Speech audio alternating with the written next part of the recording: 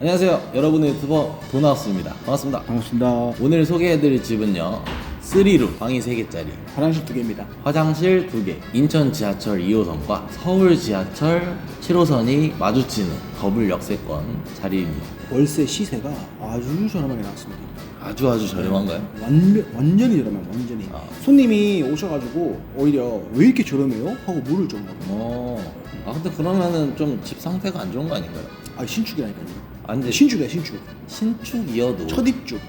첫 입주여도 물론 뭐 디자인이 구린 신축이 있는데 여기는 디자인이 아주 화사하게 보통 이상은 하면 깔끔하고 그래요? 호불호 없이. 그렇다면 호불호가 없다 하니 네. 일단 한번 보시죠. 제가 저번에 말씀드린 기본은 하는 키다리 장이 3칸. 3칸. 그렇죠. 보일러의 소음이 이제 공부하는 자녀방이 2번째 방 아니면 3번째 방이 될 거잖아요. 그렇죠. 그 공부하는 자녀방한테 방해가 안 된다는 거. 피해 안 가. 예, 그렇죠. 왜냐면 제일 멀리 있거든요.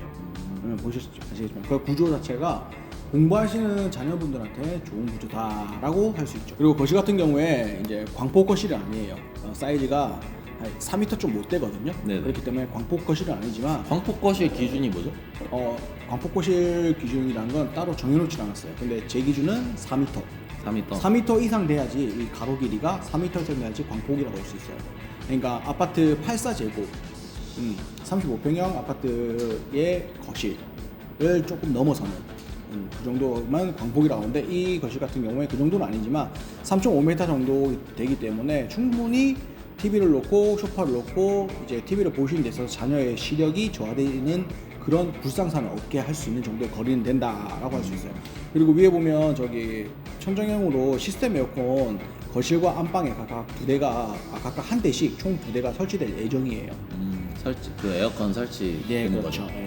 그리고 보시면 저기 뻥뷰가 좋네. 네, pom뷰도 좋지만 샤시도 굉장히 두껍게 잘 해놨어요. 여기가 향이 남향이거든요. 그러니까 남향에다가 샷이 두껍게 잘 해놨고 벽 두껍기 때문에 지금 제가 저기서 좀 있어봤는데 보일러를 안 틀어도 지금 날씨 많이 추워졌잖아요. 네. 전혀 추위를 느낄 수가 없어요. 그 정도인가요? 네, 그 정도죠. 이제 해가지고 밤이 되고 나면 보일러 안 틀면 추워요. 메인 안방. 붙박이장들의 단점이 사실상 아래 여기는 수납 공간이 한 칸밖에 없잖아요. 네. 많아도 2-3칸이에요. 티라든지 스웨터라든지 청바지라든지 바지라든지 접어서 보관 가능한 옷들 같은 경우에는 그 보관할 수 있는 수납 공간이 부족한 경우가 많거든요. 이 집 같은 경우에 붙박이장을 크게 걸 수 있는 붙박이장 2칸에 나머지 한 칸을 이렇게 그렇게 수납할 수 있는 공간으로 채워놨어요. 따로 이렇게 만들어놨네요. 그렇죠. 그래서 약간 실용성을 더했다라고 볼 수 있어요. 대신 단점은 안방 크기가 조금 좁아졌죠. 근데 뭐 퀸 사이즈 침대 들어가고도 충분히 이동하는 데는 문제 없는 크기는 나오기 때문에 여기 문 열면 이렇게 수납 공간이 짠 하고 꽤 있어요. 그래서 부족하지 않겠다. 넓네요. 네. 습기에 취약할 수 있기 때문에 이제 좀 환기구도. 저기 환기는 거죠? 네. 여기는 근데 톱밥 없어요. 그러니까 편백나무 톱밥 네, 없나요? 향균 톱밥 안 넣어놨어요. 향균 톱밥은 없는 걸로. 네, 그냥 한기만. 파우더룸 같은 경우에는 이게 저번에 말씀드렸을 때 파우더룸의 거울이 침대를 보는 각도였잖아요. 맞아요. 네, 그래서 풍수가 안 좋았는데 여기 같은 경우에는 거울이 화장실을 보고 있죠. 오히려 좋은 게 화장실의 그 안 좋은 기운들이 거울에 반사돼서 다시 들어가요. 네. 아니면 풍수적으로. 네, 아니면 안 좋은 기운을 거울이 흡수하거나 반사하거든요. 그래서 사실상 파우더룸이 안방에 있을 거면 이런 형태로 있는 게 제일 좋아요. 왜냐면 안방에서 파우더룸을 진입했을 때 왼쪽에는 거울이, 오른쪽에는 화장실이면 안방으로 직접적으로 바로 이렇게 유입을 못 하거든요. 나쁜 기운들이. 그래서 풍수적으로 봤을 때는 이게 딱 좋아요. 풍수적으로 봤을 때 정말 완벽한 거죠. 그렇죠. 이런 거울 둔 위치는. 그렇죠. 할 수 있는 만큼 한 거예요. 장점이 또 여기 안방 화장실이 84제곱이랑 또는 대단지 아파트 있죠. 네. 브랜드 있는 아파트처럼 메인 화장실과 안방 화장실이 동일하게 돼 있어요. 차이점은 욕조가 없다는 거. 대단지 브랜드 아파트는 욕조가 있거든요. 맞아요. 네, 근데 욕조가 없다는 거. 사실상 욕조는 아이들 키우는 집 말고는 또는 반신욕을 좋아하시는 분 집 말고는 개인적으로는 실용성이 굉장히 떨어지기 때문에 청소도 자주 해줘야 되고 주기적으로. 그래서 없는 게 더 낫다고 생각했는데 딱 그런 집인 거죠. 이거 풍수적으로 이 안방 화장실은 사실상 이 변기가 딱 제일 최악으로 돼 있죠. 마주보는 벽이 아닌 바로 앞에 있는. 그렇죠. 네. 최악이지만 그거를 또 거울이 지금 보완해주고 있는 거 아니야? 그렇죠, 맞죠. 그렇게 보실 수 있는 거죠. 최악의 기운이 이렇게 흘러오는데 거울 때문에 흡수가 되는. 그렇죠. 네. 맞죠. 아주 좋네요. 약간의 단점을 말씀드리면 파우더룸의 그 화장대가 너무 폭이 좁아가지고 실용성이 좀 떨어져요. 화장품이 많은 사람들은 그거 다 채우거든요. 아예. 그러니까 약간 좀 폭이 한 50에서 60cm는 돼야 돼요. 그래야지 반은 채우면서 내가 쓰는 걸 꺼내갖고 쓰고 놓고 해야 되는데 너무 이 폭이 좁으면 쓰고 놓고가 안 돼요. 이게 좀 불편한 점이 있어요. 아니, 남자분들은 잘 모르시는데 남자분이시잖아요. 네, 저는 뭐 워낙에 이제 결혼 생활도 해본 적이 있고 하니까 그래서 좀 어느 정도 알고 있죠. 이거 이렇게 한다고? 그래서 뭐예요 진행 안 하십니까? 자 그러면은 일단 거실 뷰를 네. 조금 볼게요. 네, 그리고 여기가 부엌. 네. 저번에도 말씀드렸지만 신축들이 화장실도 크게 해야 되고 파우더룸도 있어야 되고 이것저것 방도 넓어야 되고 이 구색을 이것저것 맞추다 보니까 이렇게 꼭 부엌과 거실에 확실한 경계가 없는 애매모호한 부엌과 거실 일체형 부엌 주거 공간이 이렇게 단점으로 나타나는 경우가 많아요. 역시나 이 집도 이 부분이 조금 그래요. 부엌과 거실에 경계가 애매해요. 경계를 식탁으로 해야 돼요. 아 그러게요. 또 식탁도 놓으면은 네, 지금 보이는 딱 이 왼쪽 벽에 식탁을 놓는 게 그나마 제일 무난하거든요. 근데 이렇게 놓아버리면 소파나 TV를 놨을 때 밥 먹고 의자를 뒤로 딱 밀면서 일어났을 때 만약에 소파를 놓는다면 소파랑 부딪힐 확률이 높고 TV의 일부를 가릴 확률이 높아져요. 그래서 경계가 분명해야 되는데 조금 분명하지 못하다는 점, 이 점이 약간의 단점이라고 할 수 있어요. 어떤 성향이고 어떤 스타일에 따라서 조금씩 장점이 될 수도 있고 단점이 될 수도 있어요. 그리고 주방이 일자 주방이기 때문에 요리하시는 주부 분들 입장에서 봤을 때는 싱크대가 너무 작다라고 느끼실 수도 있어요. 아 그러게요. 싱크대가 조금 작은. 그런 단점 외에는 아주 뭐 방이면 각 방마다 다 실용성이고 쓸모 있고 그렇고, 그리고 인테리어적으로도 굉장히 깔끔하고 호불호 없이 무난한 인테리어. 그러네요. 거기다 신축에다가 입지 조건도 좋고, 또 여기 주변에 보면 재래시장이 도보 2분 거리에 있어요. 아 시장도 2분 거리. 그렇죠. 아무리 마트가 싸다고 하더라도 재래시장보다 싸진 않거든요. 그렇죠. 훨씬 싸죠. 거기다가 도보 5분 내에 굉장히 큰 공원이 또 있어요. 와 공원까지. 그래서 반려견 키우시는 분들 같은 경우에 반려묘는 해당이 될 수도 있고 안 될 수도 있지만 어쨌든 반려견 같은 경우에는 같이 산책도 즐기고, 또 요즘에 자기 관리 잘 하시는 분들 많잖아요. 많죠. 네, 그런 분들 같은 경우 운동도 바로 갈 수 있고 공원 조성이 잘 돼 있거든요. 그 공원 거 찍어 왔어야 되는데 다음부터 찍어 올게요.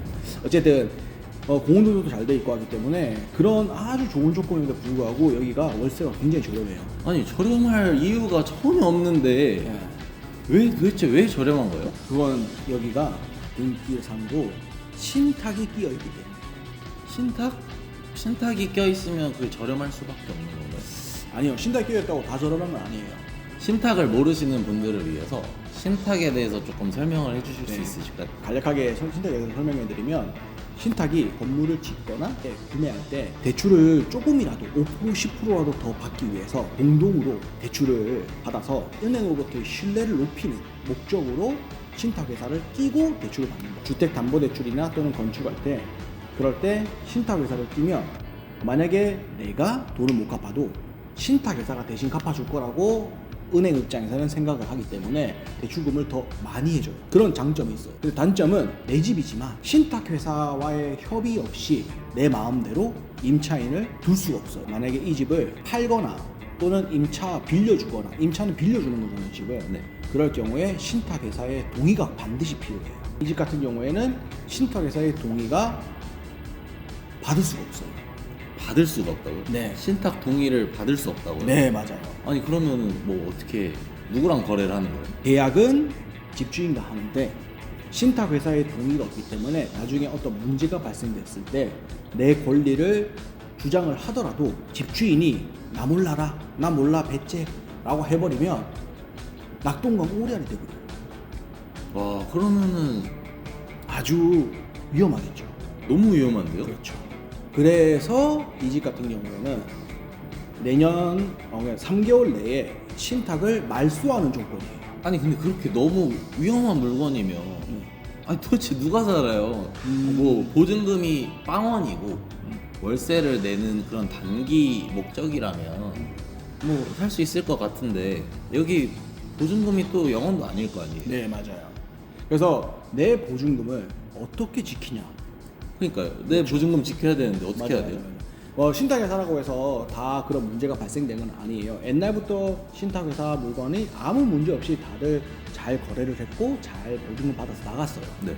근데 만약에 집주인이 파산을 하거나 집주인이 도망을 가거나 그럴 경우에 내 보증금을 잃을 수도 있어요. 그래서 만에 하나의 그런 위험이 있기 때문에 이런 집 같은 경우에는 사실상 저희 중개사들 사이에서도 거래를 하면 안 된다. 네, 라고 하는 위험한 물건으로 분류를 해놨어. 신탁 물건. 위험한 물건으로 분류를 해놨더라도 사실은 잘 살고 나가는 친구들도 굉장히 대부분 많아요. 그럼에도 불구하고 하지만 안전한 거래를 원하시는 분들을 위해서 네, 이런 신탁 물건을 네. 안전하게 할 수 있는 방법이 있을까요? 그렇죠. 방법은 두 가지가 있습니다. 첫 번째는 신탁 회사의 원부, 신탁 원부라는 게 있어요. 네. 신탁 원부와 함께 신탁 회사가 동의했다는 신탁 동의서를 받아요. 계약을 집주인과 하는 게 아니라 신탁 회사와 계약을 하는 거예요. 아, 그러면 좀 안전한 건가요? 네, 그리고 보증금이나 월세를 모두 신탁 회사에 내야 돼요. 그럴 경우에는 나중에 집주인이 문제가 생기더라도 신탁 회사에 청구하면 신탁 회사가 그걸 보장해 줘요. 그러면 안전한 방법이 있네요. 네, 맞아요. 그리고 신탁 회사도 만약에 뭐 파산이라든지 잘못돼서 임대인과 신탁 회사가 다 잘못됐다. 그럴 경우에는 경매에 내가 임차권을 가지게 돼요. 신탁 회사의 원부와 동의서가 있을 경우에 임차권을 가지게 돼요. 그러면 아까 말씀해주신 게 신탁 동의서를 여기는 받지 못한다고. 네, 맞아요. 그러면 그 첫 번째 방법을 할 수 없는 상황 아닌가요? 네, 많은 신탁 회사들이 사실상 신탁 원부라든지 신탁 동의서를 잘 안 해줘요. 왜냐하면 신탁 회사가 자기네들이 들어간 이유는 집주인이 이 집에 거주하는 조건으로 대부분 계약을 하기 때문에 네. 신탁 원부를 제가 왜 받아라고 했냐면 신탁 원부에 여기에 임차를 해도 된다 안 된다 그 여부가 처음부터 결정이 돼 있어요. 신탁 원부에. 신탁 회사랑 계약을 쓸 때는 내가 이 집에 들어가서 실거주 목적으로 쓰고는 나중에 임차를 해야 하는 어쩔 수 없는 상황이 왔을 때 임차를 하는 경우도 굉장히 많거든요. 대부분이 그렇기 때문에 그래서 신탁에는 동의서가 잘 안 나와요. 그럴 경우에는 임차를 넣는 조건으로 신탁을 말소한다 라는 그게- 조건을 넣으면 안전해져요. 그게 두 번째 방법입니다. 그렇죠. 그게 두 번째 방법입니다. 동의서를 받을 수 있으면 받는 게 좋은데 뭐 안 되는 경우가 굉장히 많기 때문에 안 될 경우에는 신탁을 말소한다 라는 조건을 넣으면 평범한 그런 안전한 집이 되는 거예요. 그리고 이 집 같은 경우에는 그 조건이 들어가는 집이에요. 그러면- 신탁 말소 조건이 들어가요. 말소라는 거는 신탁을 없앤다는 뜻이에요. 신탁에서 너 꺼져 하고 없애는 거예요. 그게 말소입니다. 이제 안전 장치가 새로 생겨 있는 거네요. 그렇죠. 근데 이거를 안전 장치 모르고 네. 그냥 신탁 안 할래 하면은 그렇죠. 이 좋은 집을 저렴한- 저렴하게 할 수 있는 좋은 집을 놓치는 거죠. 그런 확실히 알고 모르고의 차이가 네. 그리고 내가 또- 살 집의 크기를 좀 정하는 것 같아요. 그렇죠, 그렇죠. 좋은 기회를 놓치느냐 마느냐 그걸 결정하고 신탁이 뭔지도 모르고 무턱대고 들어갔다가는 만에 하나 그런 경우가 흔하진 않아요. 근데 만에 하나 집주인이 몰라 나 너무 살기 힘들어 요즘 살기 힘들잖아 솔직히 그래서 만세 불렀을 때 신탁회사도 난 동의해줄 적 없는데 네 뭔데 쟤랑 계약했는데 그 돈 못 받아 나 안 돌려줄 거야 하면 못 돌려받는 거야. 와, 그런 경우가 그렇죠. 만에 하나 그런 경우가 발생 종종 돼요. 네, 그래서 만에 하나. 그렇기 때문에 이 두 가지 경우 전부 다 잘 꼼꼼히 살펴보고 확인해보고 신탁 물건을 할지 안 할지 또는 했을 경우에 말소 조건을 반드시 넣을지 아니면 동의서를 확실하게 받았는지 그런 걸 잘 따져보셔야 돼요. 안전하면서도 좋은 이런 기회를 잡을 수 있는 거예요. 그럼 이렇게 그 신탁 물건에 대해서 오늘 알아봤는데요. 네. 더블 역세권 그리고 심지어 옆에 공원도 있고 옆에 또 시장도 있는 그런 아주 좋은 환경의 입지 조건에 방 3개에 화장실 2개 심지어 집도 좋아. 근데 저렴해. 신축인데 저렴해. 저렴해. 신탁이란 이유로 이렇게 저렴하게 나온 거잖아요. 그렇죠. 신탁 계약을 할 때 그렇죠. 이런 안전장치를 알면 그런 이 꿀팁. 절호의 기회를 안 놓칠 수 있죠. 잡아야죠, 이런 기회는. 그죠? 그렇죠. 어차피 내가 이사 가야 되고 월세 집만 방세 확인해야 되게 필요해. 그래서 서울도 왔다 갔다 하는데 치고서 빠르게 한 30분 만에 강남 가야 돼. 보증금이나 월세에 대해서 최소로 잡고 싶어. 왜? 요즘 힘드니까. 돈이 내가 있어도 내가 아낄 건 아끼고 해야 돼. 그리고 그런 사람들한테는 이 절호의 기회를 놓치면 너무 아깝잖아요. 그렇죠. 내가 신탁이 위험하다는 걸 알고 있어. 이 신탁집이야. 아, 신탁집이야. 어쩔 수 없이 이 기회를 놓쳐야지 하는 것보다 내가 신탁집이지만 안전하게 살 수 있는 방법을 안다면 이런 좋은 기회를 잡을 수 있는 거죠. 그래요, 안 그래요? 그렇죠. 그죠? 그래서 안전장치를 저희가 두 가지를 설명해 드렸고, 그렇죠. 그 안전장치대로 하면은 네. 안전하다는 거. 그렇죠. 그냥 일반 집과 다름없다는. 어디 가서 이런 거 설명도 솔직히 말해서 설명하기에도 시간도 오래 걸리고 사실상 이렇게 구구절절 다 말할 필요도 없기 때문에 부동산들이 잘 얘기 안 해주는 거예요. 꿀팁이라고 해도 솔직히 저 양심에 하나도 안 꺾습니다. 예. 신탁에 대한 그 꿀팁을 양심의 가책을 느끼지 않고 말씀해 주신 맞아요. 고인물님 감사합니다. 아닙니다. 이렇게 얘기는 마무리하고요. 관련돼서 경험이 있으신 관련돼서 분들 경험이 있으신 분. 있으실 겁니다. 그런 분들 자신의 경험을 댓글로 남겨주세요. 신탁과 경험해서 신탁과 관련해서 신탁과 관련해서 신탁과 관련해서 어. 경험이 있으신 분들 반드시 있으실 겁니다. 그런 분들 댓글로 자신의 경험을 남겨주세요. 신탁과 관련해서 경험이 있으신 분들이 반드시 있을 거예요. 그런 분들의 얘기를 댓글로 남겨주시면 정말 감사드릴 것 같습니다. 지금까지 도나우스였습니다. 감사합니다. 감사합니다.